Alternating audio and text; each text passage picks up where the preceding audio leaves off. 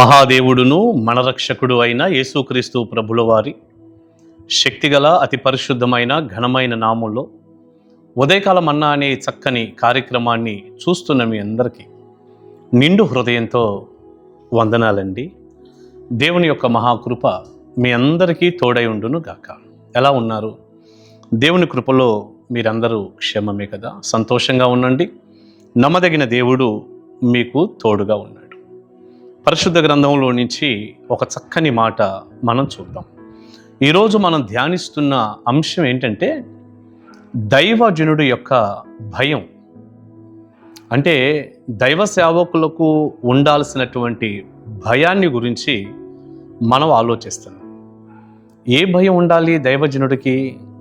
ఏ విషయాన్ని బట్టి భయపడాలి అంటే, మనం గలతీ పత్రిక 4వ అధ్యాయం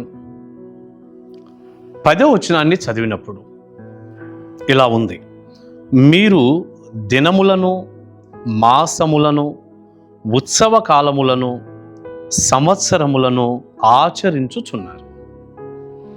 మీ విషయమై నేను పడిన కష్టము వ్యర్థమైపోవునేమో అని మిమ్మును గూర్చి భయపడుచున్నాను. మిమ్మును గూర్చి నేను భయపడుతున్నాను.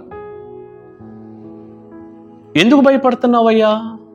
ఎందుకు భయపడుతున్నాడంటే, వీరు ఈ గలతీ ప్రాంతంలో ఉన్నటువంటి సంఘాలలో ఉన్న విశ్వాసులు వాస్తవానికి ఒకప్పుడు వారు దేవుణ్ణి ఎరిగిన వారు కారు. దేవుడు కూడా వారిని ఏమీ ఎరగలేదు. అంటే ప్రభువుని నమ్మలేదు. విశ్వాసులుగా ఉన్నవారు కాదు. ఏదో లోక సంబంధంగా నిజానికి దేవుళ్ళు కాని వారిని ఆరాధిస్తూ ఆచారాలను చేస్తూ, చూడండి ఆ మాటలు 8వ వచనం నుంచి చెప్పాడు పౌలు గారు. మీరు చూడండి, కావాలంటే అవి చదువుతాను. ఆ కాలమందైతే మీరు దేవుని ఎరగని వారై నిజమునకు దేవుళ్ళు కాని వారికి దాసులై ఉంటిరి గాని, ఇప్పుడు మీరు దేవునిని ఎరిగిన వారును మరి విశేషముగా దేవుని చేత ఎరుగబడిన వారునై ఉన్నారు గనుక. ఒకప్పుడు మీకు దేవుడు తెలియదు, ఇప్పుడు దేవుని తెలుసుకున్నారు. దేవుని ద్వారా కూడా మీరు తెలియబడిన వారుగా, అంటే ఎరుగబడిన వారుగా మీరున్నారు. కనుక బలహీనమైనవియు నిష్ప్రయోజనమైనవియునైన మూలపాఠముల తట్టు మరలా తిరగనేలా, మునుపటి వలె మరలా వాటికి దాసులై ఉండగోరనేలా. మళ్ళా మీరెందుకు ఆ పాత విషయాల తట్టు తిరిగారు? మరలా ఎందుకు ఆ మూల పాఠాల తట్టు తిరిగారు? మీరు యేసు ప్రభువుని నమ్మకం మునుపు చేశారే, వాటిని మీరెందుకు మరలా తిరిగి చేస్తున్నారు అని దైవజనుడైన పౌలు గారు ప్రభువుని నమ్ముకున్నటువంటి విశ్వాసుల్ని, సంఘ బిడ్డల్ని అడుగుతున్నాడు. వాళ్ళు ఏం చేస్తున్నారట? 10వ వచనంలో, మీరు దినములను, మాసములను, ఉత్సవ కాలములను, సంవత్సరములను ఆచరించుచున్నారు. ఒక ఆచార భక్తిలో మీరున్నారు. మీరు విశ్వాసంతో దేవుని మీద విశ్వాసం ఉంచి కొనసాగవలసిన వారై ఉండి మీరు ఎందుకు ఆచారాల్లోకి వెళ్ళారు? ఏ నెల మంచిది, ఏ రోజు మంచిది, ఏ వారం మంచిది, ఏ సంవత్సరం మంచిది, ఇలాంటి వాతావరణంలోనికి మీరు ఎందుకు వెళ్ళారు? ఒకప్పుడు మీరు అవి చేశారు, ఇప్పుడు యేసయ్యను నమ్మారు, మళ్ళీ తిరిగి ఆ పాత వాటిల్లోకి మీరు వెళ్ళిపోయారు.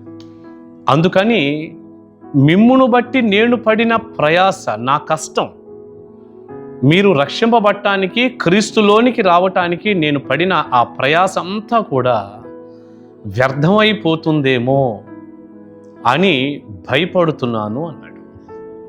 దైవ సేవకులకి, సంఘాన్ని గూర్చిన ఈ భయము ఉండాలి.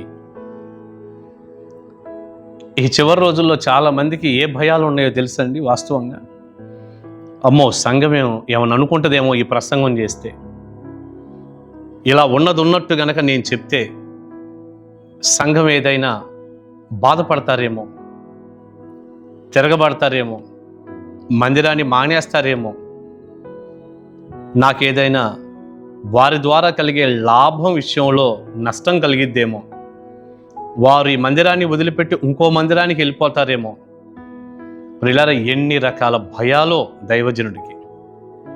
నాకైతే అలాంటి భయం ఏమీ లేదండి. ఒక దైవజనుడిగా నేను ధైర్యంగా చెప్పగలను, దేవుని వాక్యంలో ఏదైతే ఉందో ఉన్నది ఉన్నట్టుగా చెప్పటమే దైవజనుడిగా నా పని. ఇక్కడ ఉందా లేదా?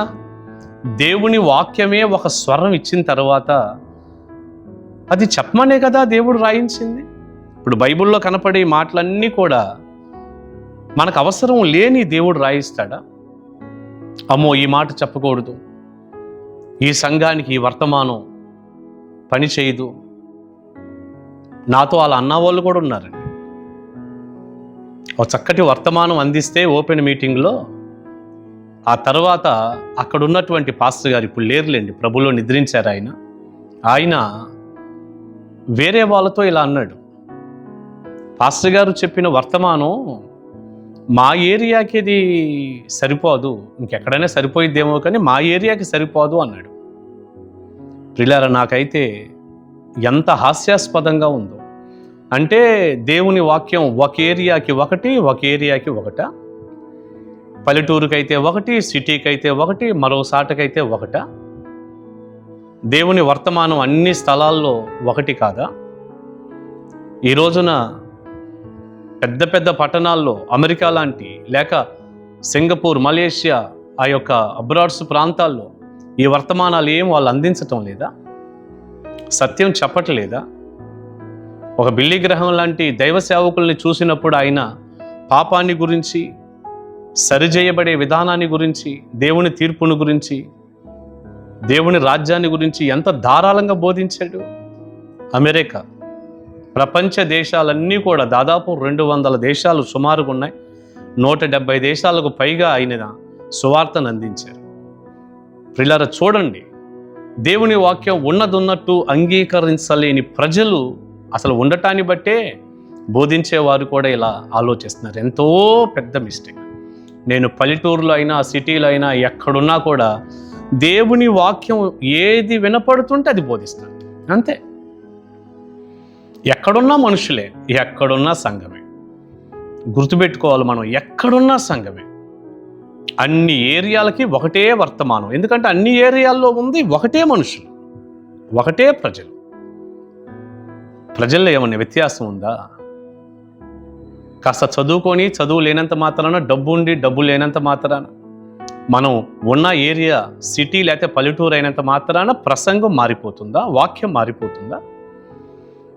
దైవజనుడికి ఈ భయం ఉండాలి. వీళ్ళేమనుకుంటారు, వాళ్ళు ఏమనుకుంటారు, వీళ్ళేమైనా మానేస్తారేమో, రారేమో. ఒకవేళ ఉన్నది ఉన్నట్టు అంగీకరించని వారు మందిరానికి మానేశారనుకోండి, లేదు వచ్చారనుకోండి, మనకేం లాభం?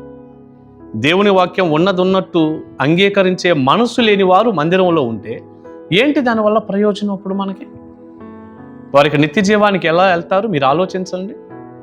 దేవుని వాక్యాన్ని ఉన్నది ఉన్నట్టు అంగీకరించి సరి చేసుకుంటేనే కదా నిత్య జీవానికి వెళ్తారు. పౌలు గారు భయపడుతుంది ఎక్కడ? ఎందుకు భయపడుతున్నాను? మీ విషయమై నేను పడిన కష్టం అంతా వ్యర్థమైపోయిద్దేమో. ఎందుకంటే మీరు ఆచారాల్లోకి పోయారు, మళ్ళీ లోక పద్ధతుల్లోకి వెళ్ళిపోయారు. ప్రియబిడ్డ, నేను ప్రార్థన చేస్తూ ఉండగా ఒక మంచి మాట సంఘంగా మీ అందరికి చెప్తున్నాను, దైవజనుడిగా. మరలా మూలపాఠాల తట్టు, మరలా లోకంలోని, మరలా బైబిల్కి సంబంధం లేనటువంటి లోక పద్ధతులు, ఆచారాలు వెళ్ళకూడదు. నేను కేవలం క్రైస్తవులకే ఈ వర్తమానం అందిస్తున్నాను. దేవుని పిల్లలు, నువ్వు సంఘానికి వచ్చావు, రక్షింపబడ్డావు, క్రీస్తుని గుర్తెరిగావు, మరలా వెళ్ళి ఎలా అలాంటి లోక సంబంధమైన వాతావరణాల్లో ఉంటారు? మార్చుకోవాలి. చేయకూడదు మనం అట్లా, మార్చుకోవాలి. దైవజనుడు పడిన కష్టం వ్యర్థమైపోతుంది. ప్రియ దైవజనుడా, నీ కష్టం వ్యర్థమైపోతుంది. ఒక రోజున దేవుని సన్నిధిలో మనం లెక్క చెప్పాల్సి వస్తుంది. పని కాలిపోతుంది. కొరింథీ పత్రిక 3వ అధ్యాయం ప్రకారం పని కాలిపోతుంది. ఒక్కసారి ఆగి ఆలోచించు. ఇలాంటి దైవికమైన భయం మనందరి గుండెల్లో ఉండునుగాక. ప్రార్థన చేసుకుందాం. సంఘానికి క్షేమము కలుగునుగాక. ఈ భయంతో మనందరం జీవించుదుము గాక. సత్యాన్ని ఉన్నదున్నట్టు చెప్పుదుము గాక. సంఘానికి క్షేమాభివృద్ధి కలుగునుగాక. ప్రార్థన చేద్దాం. పరిశుద్ధుడా, ప్రేమగల తండ్రి, వెతబడిన చక్కని సందేశం మీ ప్రజలకు దీవెనగా చేయండి. సేవకులుగా మేము ఎలా భయపడాలి, సంఘ పిల్లలు కూడా ఎలా ఉన్నదున్నట్టు అంగీకరించి చక్కగా ఎదగాలి నాయన. దైవజనుడు ఏది చెప్పినా మా మేలు కొరకేనని గ్రహించి ఎదిగి నమ్మకంగా సంఘాల్లో ఉండటానికి సహాయం చేయండి. ప్రభువా, సంఘం చర్చిలోకి రావటం కాదు, కానీ మందిరంలోకి రావటం కాదయ్యా, పరలోకం రావటానికి సాయం చేయండి. యేసయ్య నామాని ప్రార్థన మనవులు అడుగుచున్నాను తండ్రి. Amen. Amen. God bless you. దేవుని కృప మీకు తోడై ఉండునుగాక. కలుసుకుందాం ఉదయకాల మన్నాలో.